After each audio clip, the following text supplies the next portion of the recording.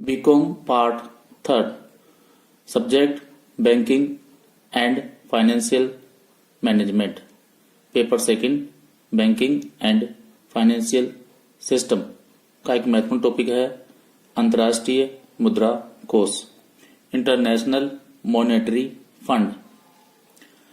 द्वितीय विश्व युद्ध के पश्चात विश्व की मौद्रिक अर्थव्यवस्था में उत्पन्न गतिरोध को दूर करने हेतु 1944 में मौद्रिक विशेषज्ञों ने अमेरिका के ब्रेटन वुड्स नामक स्थान पर आयोजित सम्मेलन में विभिन्न मौद्रिक योजनाओं पर विचार विमर्श किया। इन योजनाओं का उद्देश्य अंतर्राष्ट्रीय मौद्रिक व्यवस्था में सुधार करना था। पर्याप्त विचार विमर्श करने के पश्चात इस सम्मेलन में दो मौद्रिक संस्थाओं की स्थापना का निर्णय लिया गया। ये संस्थाएं हैं अंतर्राष्ट्रीय मुद्रा कोष और दूसरा है अंतर्राष्ट्रीय पुनर्निर्माण एवं विकास बैंक, जिसे हम लोग विश्व बैंक के नाम से भी जानते हैं। अंतर्राष्ट्रीय मुद्रा कोष की स्थापना 27 दिसंबर 1945 को की गई। अंतर्राष्ट्रीय मुद्रा कोष के कतिपय उद्देश्य भी निर्धारित किए गए हैं। कोष के स्थापित करने का मुख्य उद्देश्य एक ऐसी अंतर्राष्ट्रीय मौद्रिक व्यवस्था को स्थापित करना था जो स्वर्णमान के अंतर्राष्ट्रीय अथवा बाहरी लाभों को प्राप्त कर सके एवं स्वर्णमान के जो आंतरिक दोष थे उनको कम किया जा सके। इसके अतिरिक्त इसका उद्देश्य यह भी था कि पत्र मुद्रा पेपर मनी के आंतरिक लाभों को प्राप्त किया जा सके और उसके बढ़ाए दोषों को दूर किया जा सके। संक्षेप में कोष का लक्ष्य था स्वर्णमान और अपरिवर्तनशील पत्र मुद्रा के बीच मिलीजुली व्यवस्था स्थापित करना। इसलिए उसे व्यवस्था की संज्ञा दी गई कि IMF एक स्वर्ण मान की बदली हुई व्यवस्था है।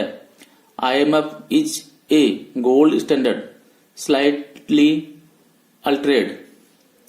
अंतर्राष्ट्रीय मुद्रा कोष के निम्नलिखित उद्देश्य हैं। पहला उद्देश्य है अंतर्राष्ट्रीय मौद्रिक सहयोग इंटरनेशनल मॉनेटरी कोऑपरेशन।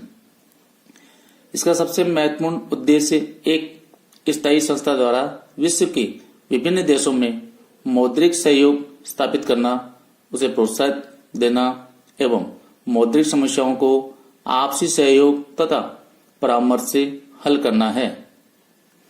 दूसरा उद्देश्य था इसका विदेशी विनिमय दरों में स्थिरता स्थापित करना, to establish foreign exchange rates. स्वर्णमान के खंडन के बाद विभिन्न देशों की विनिमय दरों में बहुत अधिक उतार चढ़ाव होने लगे थे और उनमें भारी अस्थिरता उत्पन्न हो गई थी।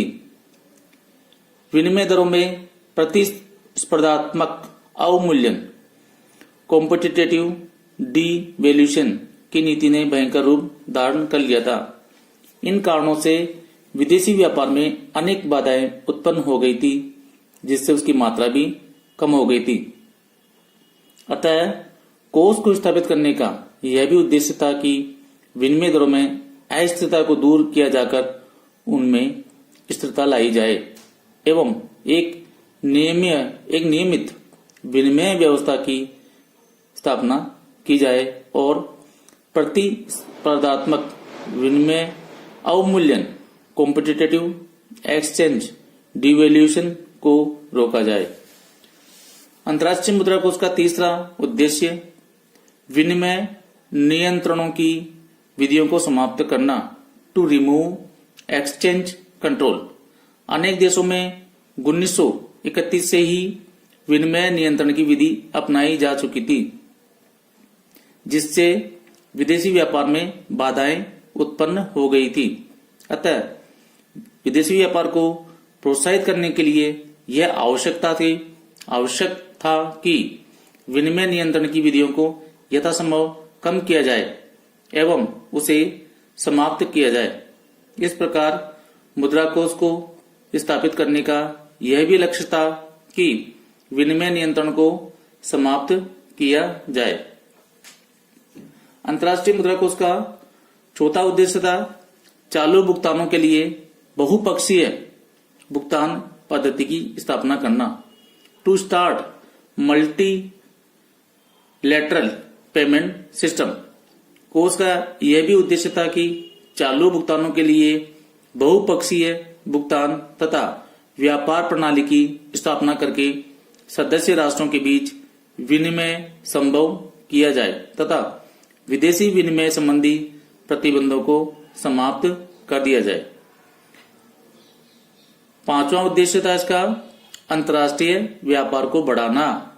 Expansion of international trade. युद्ध से पहले अंतर्राष्ट्रीय व्यापार में जो बाधाएं आ गई थी और जिनके कारण उसमें क्षति हुई थी, उन्हें दूर करके अंतर्राष्ट्रीय व्यापार को बढ़ाना एवं संतुलित विकास करना भी कोष का एक लक्ष्य था, ताकि सदस्य देशों में रोजगार का स्तर बढ़े और रोजगार अधिकतम बना रहे। अंतर्राष्ट्रीय मुद्रा कोष का छठा उद्देश्य था सदस्य राष्ट्रों के भुगतान संतुलनों में अस्थायी रूप से उत्पन्न कठिनाइयों को हल करने के लिए वित्तीय सहायता प्रदान करना।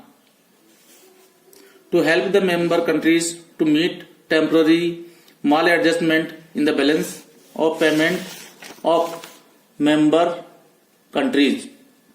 अपने कोषों को उधार देकर सदस्य देशों की अस्थायी भुगतान संतुलन की कठिनाइयों को दूर करना भी कोष का लक्ष्य निर्धारित किया गया था। अंतिम उद्देश्य सदस्य देशों की भुगतान संतुलन संबंधी अस्थायी कठिनाइयों की अवधि को अपने कोष उधार देकर कम करना। To short in the duration and less in the degree of disequilibrium in the international balance of payment of members.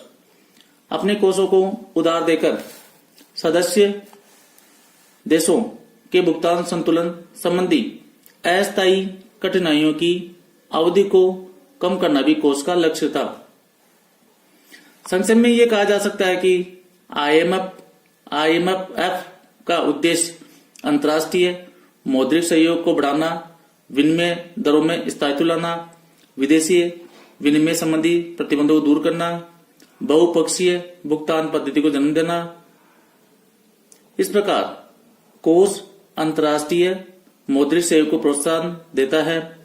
प्रतिकूल भुगतान संतुलन की स्थिति में कोष अपने पास से ऋण देकर अस्थायी हल प्रदान करता है।